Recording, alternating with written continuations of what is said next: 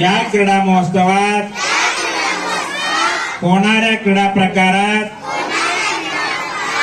आम्ही उत्साहाने सहभागी होऊन उत्तम खेळाचे प्रदर्शन करू। क्रीडा महोत्सवी स्पर्धाच्या सर्व नियमांचे आम्ही एकनिष्ठेने पालन करू व खऱ्या खेळाडू वृत्तीने वागून पंचाने दिलेला निर्णय अंतिम मानून स्पर्धा निकोप वातावरणात पार पाडू।